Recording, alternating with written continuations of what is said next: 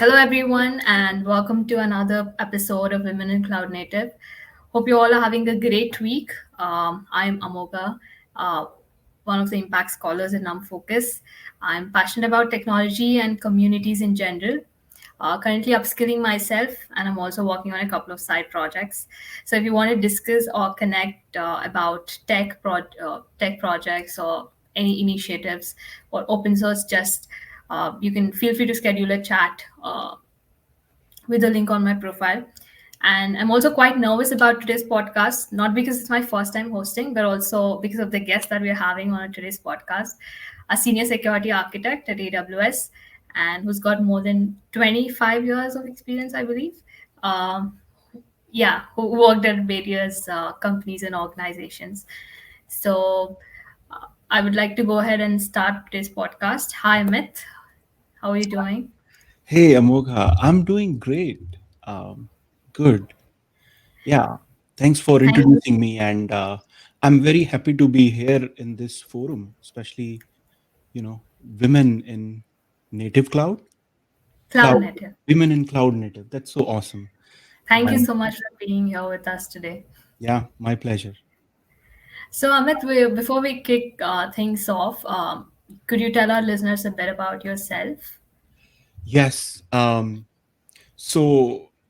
to everyone. And for me, I have been working for like 20 years, almost 20 years, not 25. So I was an engineer in 2005 when I got out of my college, and I was a programmer. So I happened to write security products. Uh, and because of that, I kept traveling across the world. Um, and in that process, I played different roles like, programmer, security engineer, and then, security leader. And now I am working with AWS for last almost 3.5 years as a security solution architect. So that was like a kind of a organic journey of last 20 years. That's a brief about my professional endeavor. I think that's some impressive experience, I must say. Can you tell us a bit about the tech stack and the work that you do at AWS?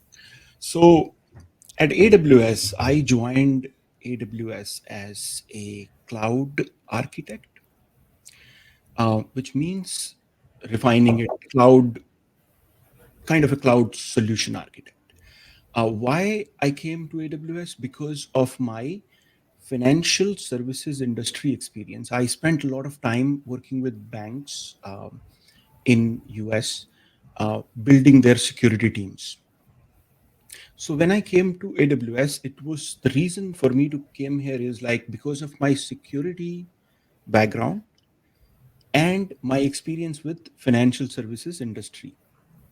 So when I came here, I worked for financial services customers, and most of the time I was building their cloud or cloud security infrastructure, um, which is primarily AWS services.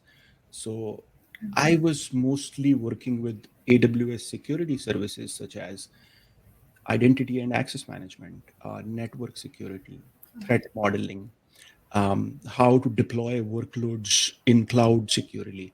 So it was not a specific tech stack which I was catering to, but it was more of a generic role where any tech stack, like for example, if a customer wants to deploy their Spring Boot application into cloud, and that application is, utilizing your database in the back end.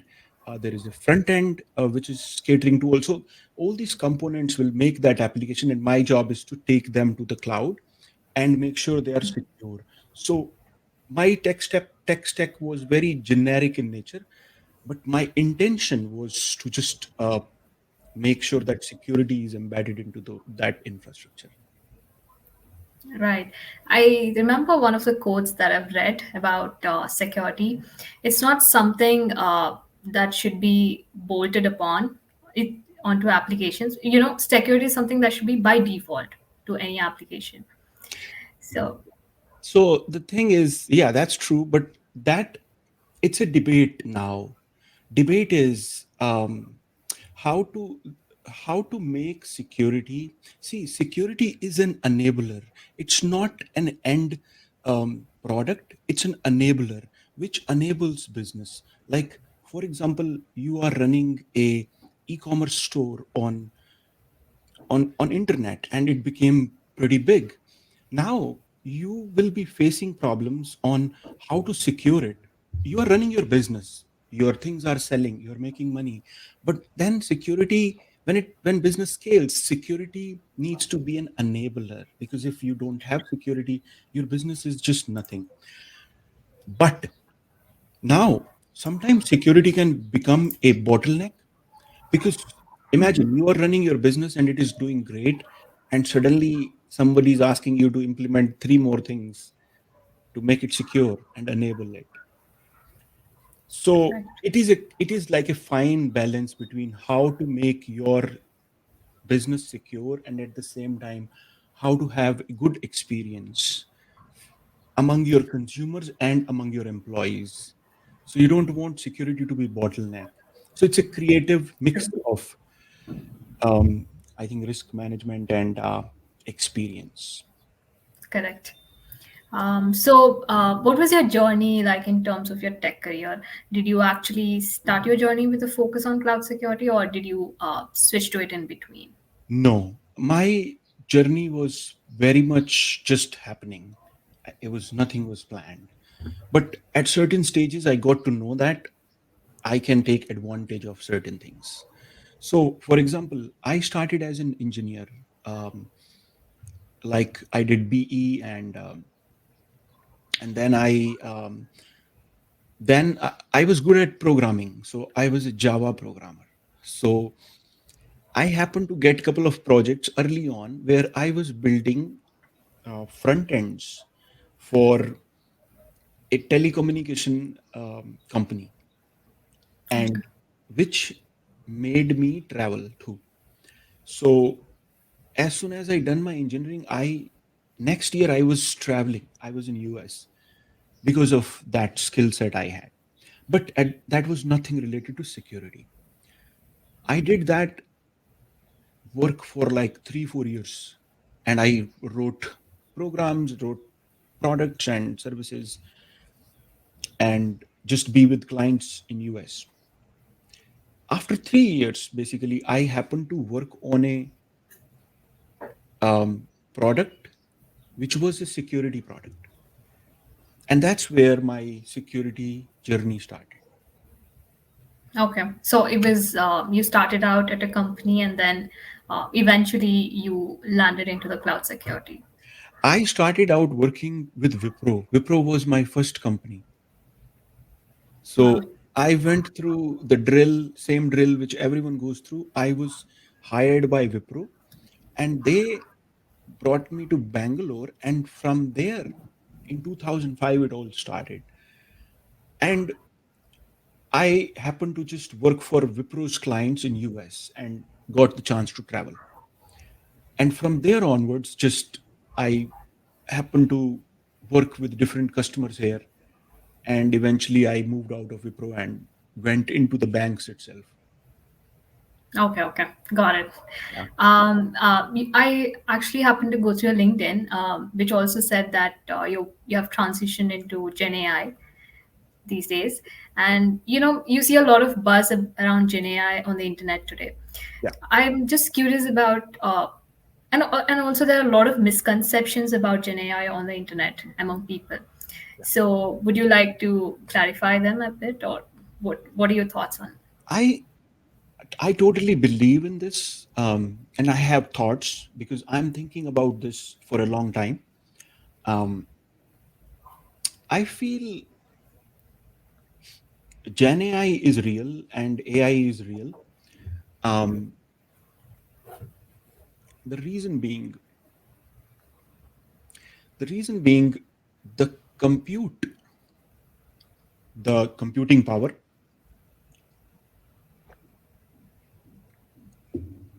is becoming widely available. So we have now clouds from AWS, Microsoft, Google, Oracle. Almost every business is in cloud. If they are not, they are moving. So very soon, in very near future, almost every business in the world will move out of data centers, which is the which is where they were earlier when they started, when cloud was not there.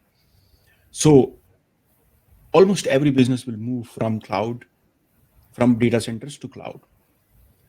So the compute, which is like the computing power, is abundantly available, and it's going to increase because all these cloud providers are growing.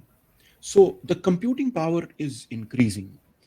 One factor we are having, humans can process more. It's a natural progression. 20 years back, we were not able to process that much. Today, we are. That is the progression. I think it is a natural progression. So humans able to process more. And second thing, the cost of processing is also not like a lot. It is manageable. You can get EC2 instances on AWS and run your programs anytime you want. You don't have to buy computers anymore. So I feel the advancement of technology, especially cloud and compute and scale, made humans think much more than they were used to, and they gave them the tools to create better things. So another thing which happened is like the technology, the AI technology, which was in the mix for many years, people were researching on it. It also started progressing in last 6 7 years at a quite a big rate. And that rate of progress in AI advancements, such as like, OpenAI created their own model, and then they created Chat GPT on top of that. So earlier, these models were very hard to execute and process because of compute power. And also, humans were trying to figure out how this technology works. Now, natural progression of both these things in 2023, there is something happened where this technology, which was growing for last some years, suddenly found the abundance of compute. When they found so much compute, the execution and and advancements on LLMs become very quick. So within 1 year of that discovery, which was Chat GPT, within 1 year, if you see the chip maker, NVIDIA, it grew, I don't know how many percentages, maybe 200 plus percentages, their stock price. Now, what is happening? The tech companies like Amazon, Google, Microsoft, they understood that with this huge compute power, they can create something which is irreversible. Once you put that much money, like why stock is growing, because a lot of companies are buying these chips so that they can build their applications for their enterprises, because ultimately it will become like a business of who can do better. It's an irreversible process. So even if we believe or not believe in it, the wave has become so strong, and the resources which were put in it, in this technology, were just it too much. So that is why I believe, because of this huge steps into AI, the Gen AI is the first fruit of the AI which is available, and within next some years, that fruit will be tasted by many people and many companies, and many automations will be created. Many companies will just automate themselves. So all these bots would need Gen AI expertise. So I feel that is why Gen AI is probably sounds like a buzzword, but I think it is going to have a lot of impact in coming months. like you don't even have to wait for years. Like every couple of months there will be something which will blow people's mind away, probably. Yeah, just like Llama 3 was released a couple of days back. Um, and also, I agree to what you've said. Something that I would like to share. I happened to go through a LinkedIn post that which said when you were discussing a bit about the future of software engineers, it's mostly about the engineers trying to bridge the gap between humans and bots. And I really like that phrase where you said that. Yeah, I totally believe in that. I feel humans will be there to bridge the gap between um, the bots and the humans, and then humans will go away from that ecosystem, because the bots will just keep growing and they will become a part of humanity. But that will change the whole experience of what humanity is. So human mind might perceive themselves differently, though they will remain humans, but they will be something different from I'm current species. Yeah. Speaking of Gen AI, I'm just curious. At its core, what is Gen AI? What is generative AI at its core? Okay, so generative AI is basically like it is the first application of artificial intelligence, basically. So when we are building artificial intelligence, when the humans are building artificial intelligence, the first thing they are doing is mimicking how the natural language is processed. They are mimicking that processing of the mind. How does mind process the the natural language? It has created some kind of, you know, graphs in his own consciousness, which is, you know, connected by neurons. And then humans basically see one thing, see a word, and they will immediately know what the next word is or the next sentence is. Like they know that the brain works like that. It works in patterns. It will, by looking at the references, it can invoke the patterns, and that's how human perceive things.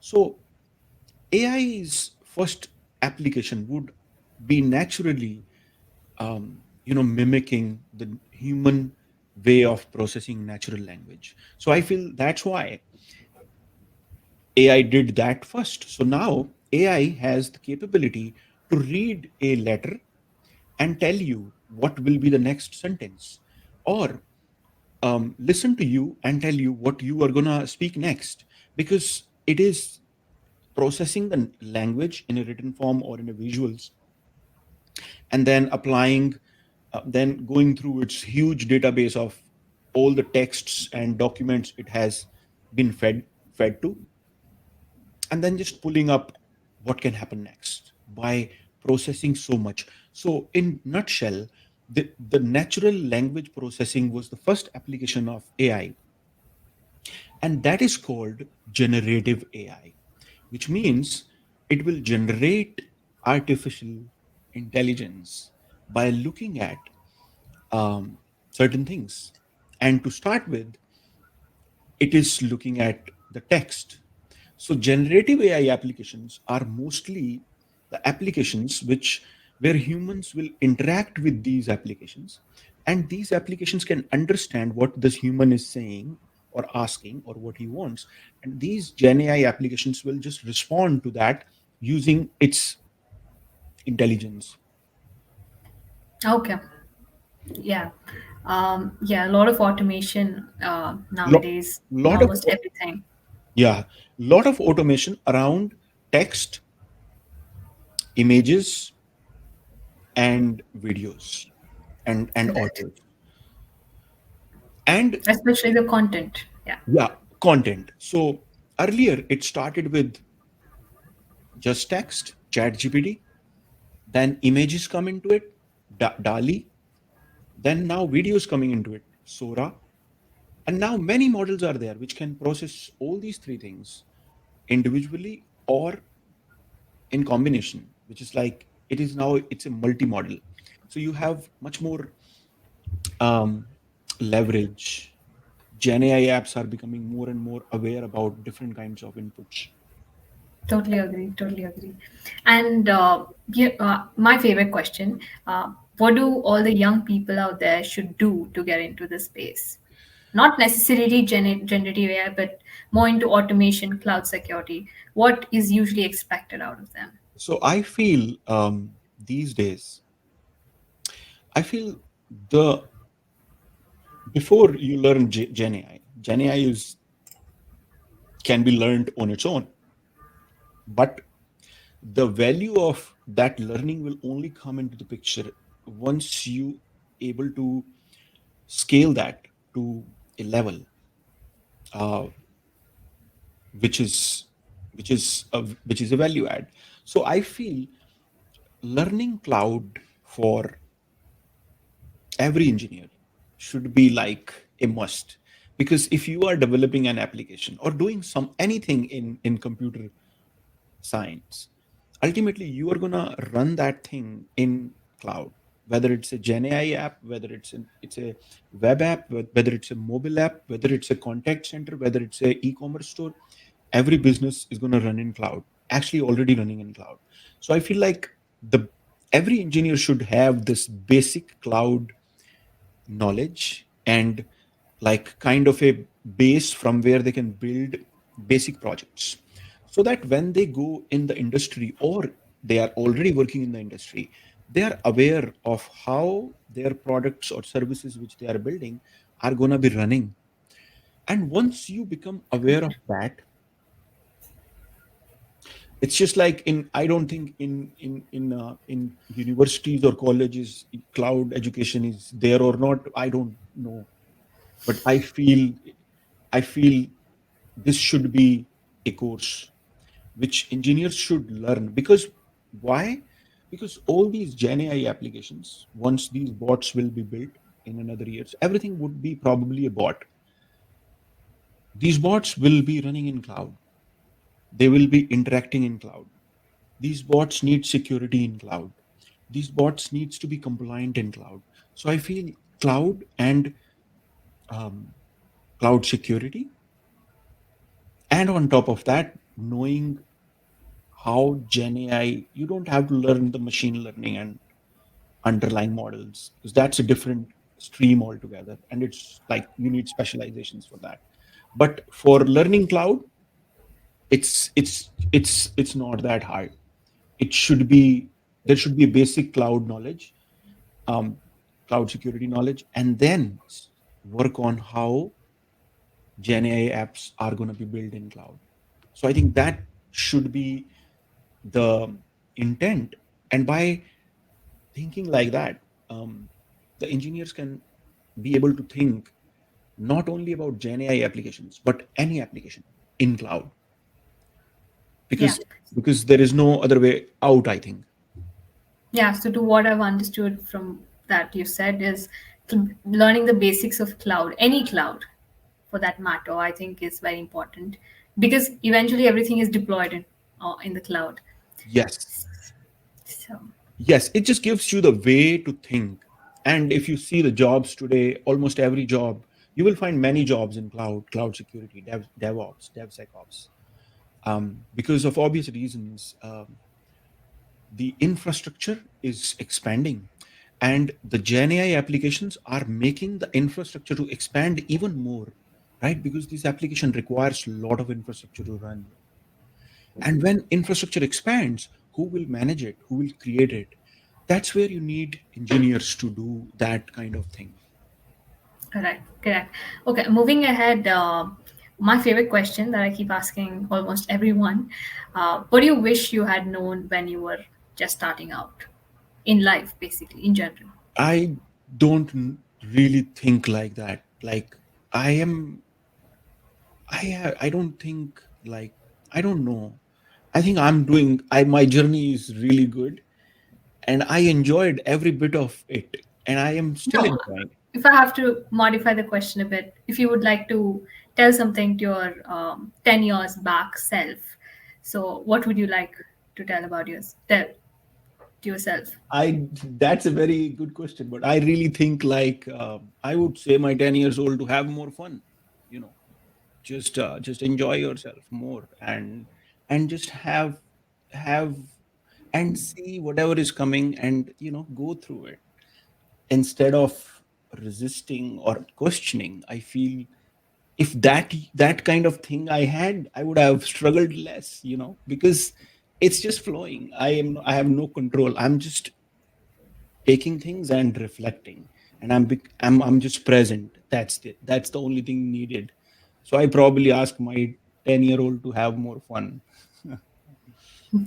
Absolutely. And one more question.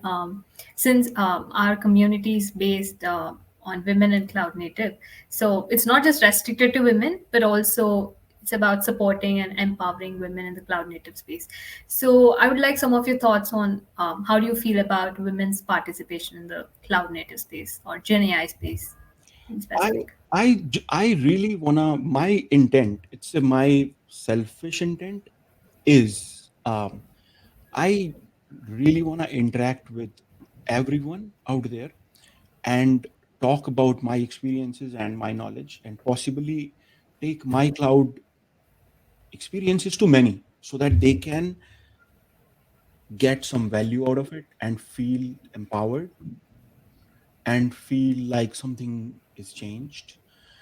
And I feel for women, I feel like if we have more women in this field, you know, uh, because whatever work I did for last 10, 15 years, I have not seen much women in this field at all. Like if there are 10 guys in a team, there would probably be one woman.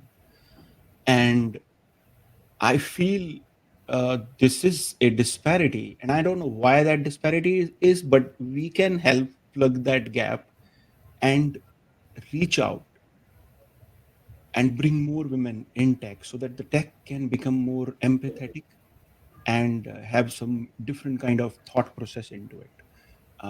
So I feel probably more feminine energy in tech would really help tech grow and evolve in different directions, because now it's a different kind of energy.